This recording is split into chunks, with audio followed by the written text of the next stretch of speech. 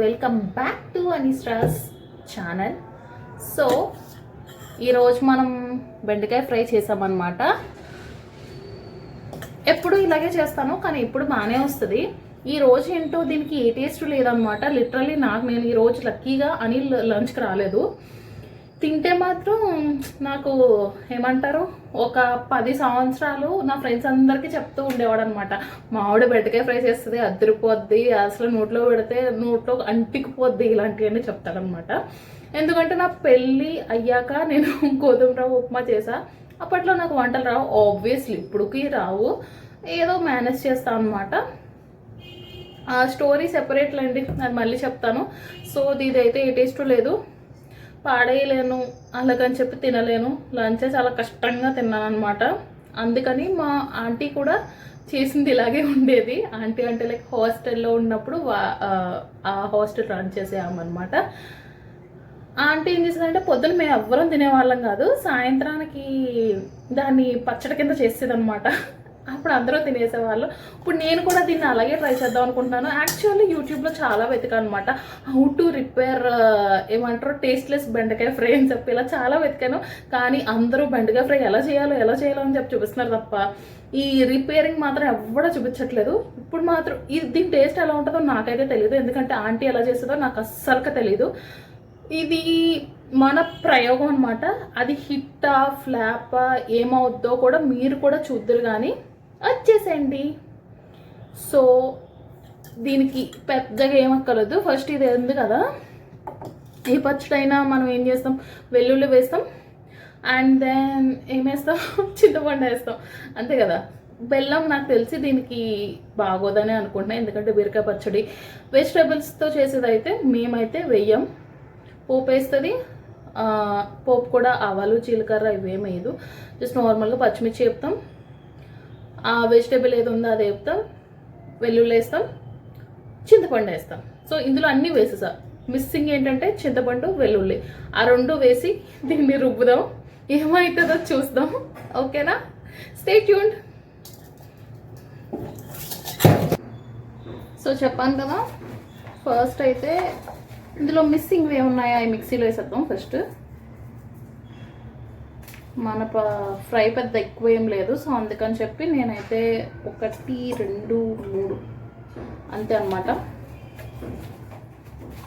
చూపిస్తా ఎందుకులే, ఏదైనా అతి బాగోదు. అండ్ చింతపండు సో చూసారంటే ఇంత చిన్న ఉసిరికాయ ఉంటుంది కదా, అంతే సార్.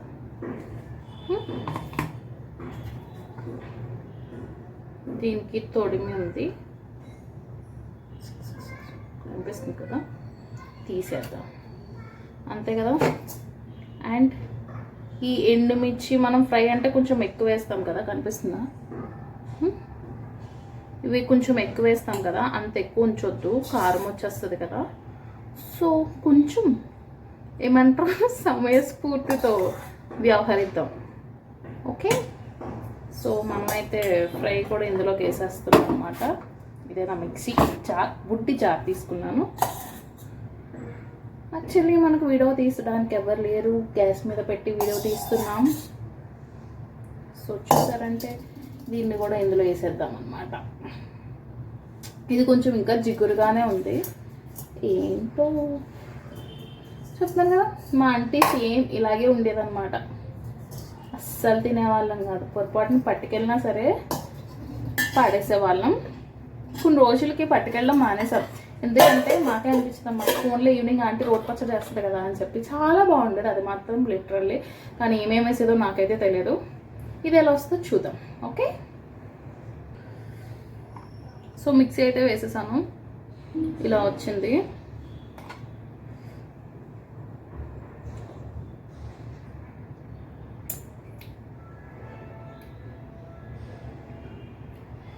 స్టిల్ ఏ టేస్ట్ లేదు, అంటే కారం ఉప్పు ఇవన్నీ తెలుస్తున్నాయి, కానీ ఏమంటారు ఆ టేస్ట్ ఉంటుంది కదా, అది మాత్రం లేదన్నమాట.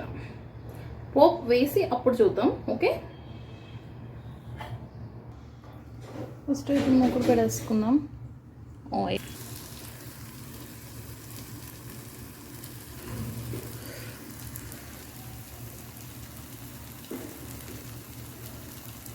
చాలా బెస్ట్.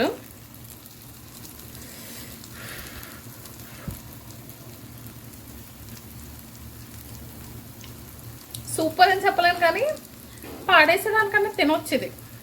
ఓకే అంటే మీరు చాలామంది అడగొచ్చు, అంత బాగోలేనప్పుడు పాడేయచ్చు కదా, లేదంటే ఎవరికైనా ఇవ్వచ్చు కదా అంటే, ఫస్ట్ పాడేయడానికి చాలా కష్టపడి ఆల్మోస్ట్ గంట అయిపోయాను, అది ఎగట్లేదు అని చెప్పి.